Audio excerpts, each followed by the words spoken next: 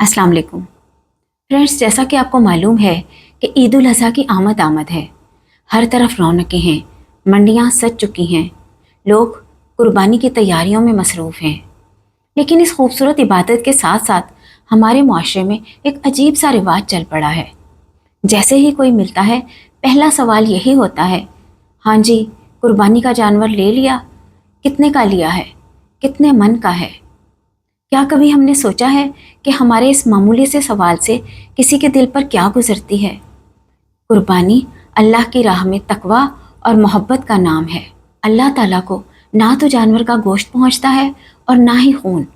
वहाँ तो सिर्फ नियत देखी जाती है। लेकिन जब हम मंडी के रेट, लाखों की कीमतों और जानवरों के वज़न को गुफ्तगू का मरकज़ बना लेते हैं, तो हम अनजाने में इस इबादत को एक मुकाबला बना देते हैं। मुआशरे में रहने वाला हर इंसान एक जैसे हालात में नहीं होता। कोई अपनी जायज़ हलाल कमाई से एक छोटा सा हिस्सा डाल पाता है और कोई अपनी सफ़ेद पोशी की वजह से खामोश रहता है। जब हम किसी से पूछते हैं कि कितने का लिया और वो कीमत बताने में झिझक महसूस करे, तो यकीन जानिए वहाँ कुर्बानी की खुशी दम तोड़ देती है और एहसास कमतरी जन्म ले लेता है। आज की इस वीडियो में मेरा ये पैगाम है कि क्यों ना इस ईद पर हम अपनी सोच और अपनी गुफ्तगू का अंदाज़ बदल लें। लोगों से ये ना पूछें कि जानवर कितने का आया है, बल्कि ये कहें कि अल्लाह ताला आपकी कुर्बानी कबूल फरमाए। अपने बच्चों को भी ये ना सिखाएं कि हमारा जानवर महंगा है, बल्कि उनको ये सिखाएं कि कुर्बानी का मकसद ज़रूरतमंदों और गरीबों में खुशियाँ बाँटना है।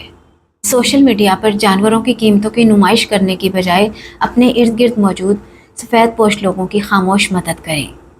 याद रखिए, अल्लाह के यहाँ कबूलियत का मेयार कीमत नहीं बल्कि नियत है। चलिए इस ईद पर दिखावे की इस दौड़ को ख़त्म करते हैं और खुशियाँ बांटने का सबब बनते हैं। अगर बात अच्छी लगी है तो वीडियो को आगे ज़रूर शेयर कीजिए। अपना बहुत ख्याल रखिए, मुझे दुआओं में याद रखिए। Thanks for watching.